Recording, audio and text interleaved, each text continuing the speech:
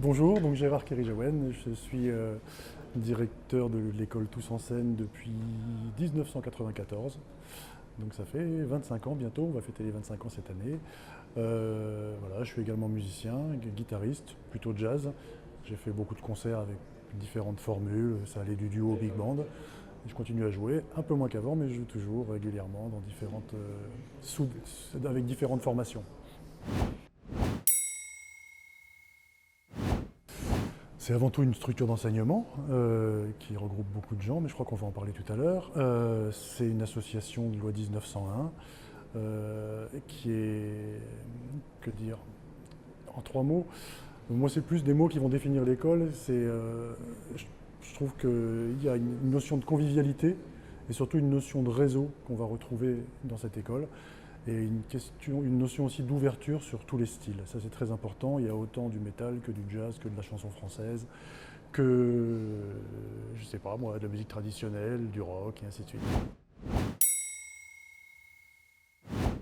Simplement, en gros, l'idée, c'est que si on a envie de faire de la musique, on peut venir ici. À savoir que quelqu'un qui débute complètement, on a de l'éveil musical. Donc c'est des gens qui font une demi-heure, une heure par semaine, pardon, et ça va jusqu'à la professionnalisation dans les différents styles. Donc il y a un parcours un peu idéal pour quelqu'un qui va assez loin. C'est d'abord on privilégie le jeu, c'est-à-dire qu'on peut très rapidement être sur scène dans des ateliers, dans des concerts, dans des buffs, dans des masterclass, dans des stages. Et l'idée, le parcours, c'est d'abord cours individuel ou collectif, c'est possible aussi, d'aller vers des ateliers pour ensuite faire des concerts et pour éventuellement même par la suite, avant de faire une formation pro, car tout le monde n'a pas envie d'être pro, heureusement, sinon il y aurait beaucoup de monde, ça peut être par exemple de participer à un dispositif d'accompagnement. On a des dispositifs d'accompagnement pour des groupes, c'est un dispositif régional qui s'appelle Coup de Boost, où il y a une soixantaine de groupes qui postulent tous les ans. Et on a le jury qui va les sélectionner n'est composé que de programmateurs de différents festivals dans la région. Il y a Terre du Son, il y a Béton, il y avait le Solstice de Loche, il y a le Festival de Montlouis, il y a la ville de Montlouis, enfin ils sont une bonne dizaine. Il y a le Temps Machine, il y a tous ces programmateurs-là.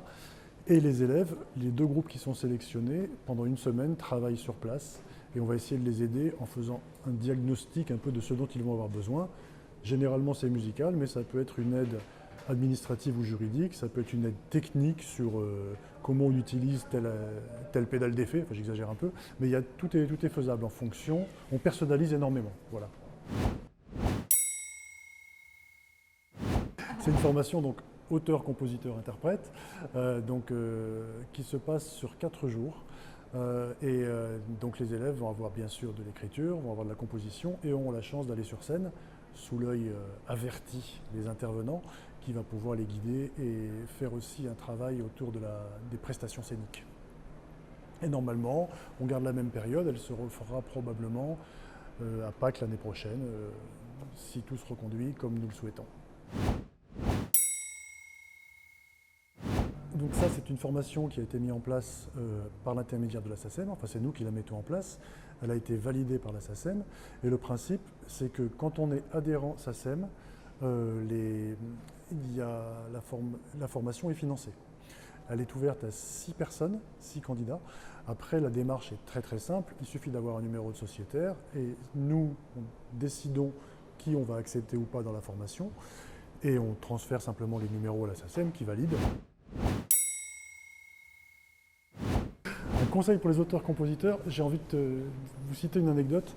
C'est un musicien américain qui a écrit un bouquin et qui parle de la composition musicale. En fait, on manque souvent de confiance pour composer, que ce soit un morceau, que ce soit une chanson, que ce soit autre chose. Et lui, ce qu'il conseille, c'est de composer 8 mesures, d'écrire 8 mesures tous les jours, de s'obliger à le faire.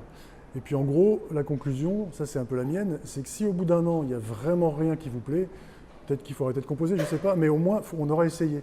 Et je sais que il faut parfois se forcer un peu à écrire les choses ou à les enregistrer.